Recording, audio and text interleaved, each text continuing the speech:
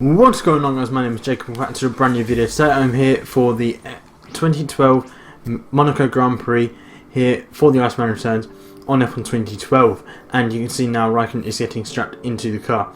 And now Raikkonen had a very good qualifying. He did qualify in pole, whereas his teammate qualified down in 14th.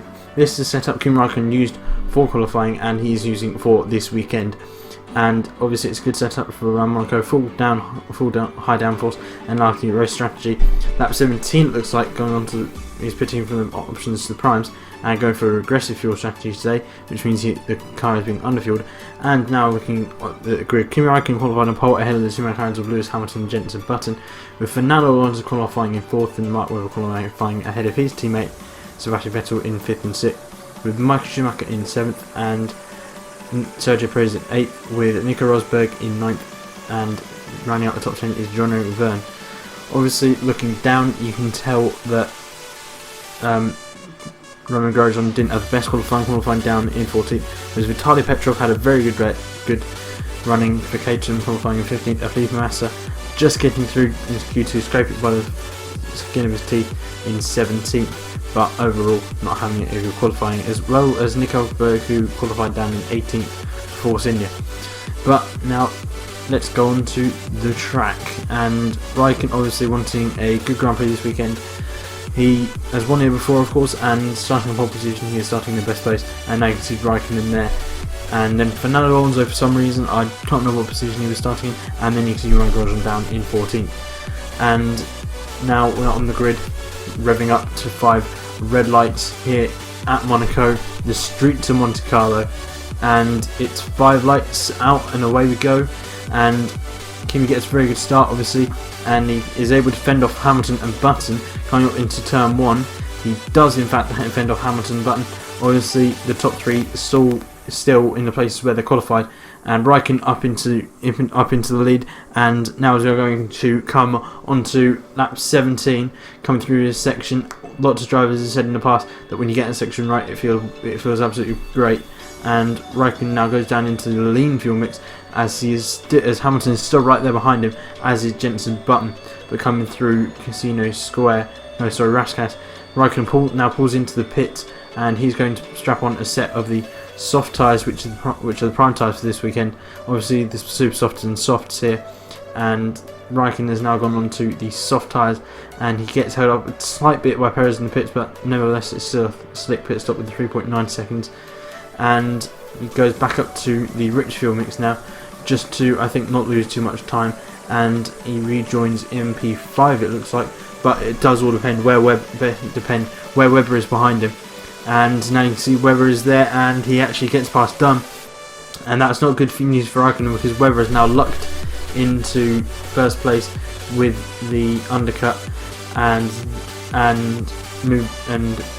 because obviously when it's all settled out, when the field is all sorted out, it will Webber is in a net first place, Raikkonen is in second place, and come up into those hairpin. Raikkonen can't make a pass there, but now he is just turning his attention towards the tunnel and the Nouvelle Chicane, see if he can make a move coming out the tunnel into the Nouvelle Chicane. It's the best overtaking point on the track, and through the tunnel now, going 100 and going up through the gears and hitting 170 miles per hour. Goes up the inside, but there's slight contact, and Webber maintains the lead. And now as we are coming on to lap 22, Raikkonen again, we are coming through a tunnel up to the Nouvelle Chicane, to the best overtaking opportunity. Of course, Raikkonen has been behind Webber since lap 18, Raikkonen using all his cars, and now he dives up the inside of Mark Webber, and he gets a fantastic move done, and the team will be happy with that, as now we have some team radio from Kimi Raikkonen's race engineer to Raikkonen. Great pass, Kimi. Let's control the race from here. So obviously now Lotus want Raikkonen to control the race, as you just heard, after that fantastic pass on Mark Webber. And Webber has basically lucked into second place, it seems, as now we are coming on to the final lap of the Grand Prix. Raikkonen did control the race from then, but Webber kept him honest, and Jenson Button finishes in 3rd place for McLaren. But coming through the final corner now, Raikkonen now comes up to the line, and he gets his second race win of the 2012 season since his comeback. Great work. Pole position, fastest lap and the race win. Good stuff. So there you go, Kimi Raikkonen got the fastest lap, pole position and the race win, and he ends up winning the Monaco Grand Prix ahead of Mark Webber. So the race was Kimi Raikkonen won the race ahead of Mark Webber and Jenson Button running up the podium, with Fernando Alonso finishing in 4th ahead of Sebastian Vettel and Michael Schumacher in 5th and 6th. Sergio Perez finished in 7th ahead of Lewis Hamilton, who finished in 8th with a 20-second time penalty. Phil Haas did a very good job, coming up from 17th to finish in 9th, as did Nico Hülkenberg, who ran out the points, coming up from 18th to finish in 10th. Vitaly Petrov just missing out on the points for Caterham, and there you can see Roman Grosjean finished in 13th with another 20-second time penalty, which was quite surprising. And now as we're moving further down, you can see not a lot of drivers finished, and the drivers to not finish were Paul di Resta, Timo Glock, Pastor Maldonado, Kimi Kobayashi and Bruno Senna. So not a good day for Williams, but now as we're going on to the drivers' standings, you can see Lewis Hamilton leads the way ahead of Jenson Button and Rottenberg in 3rd.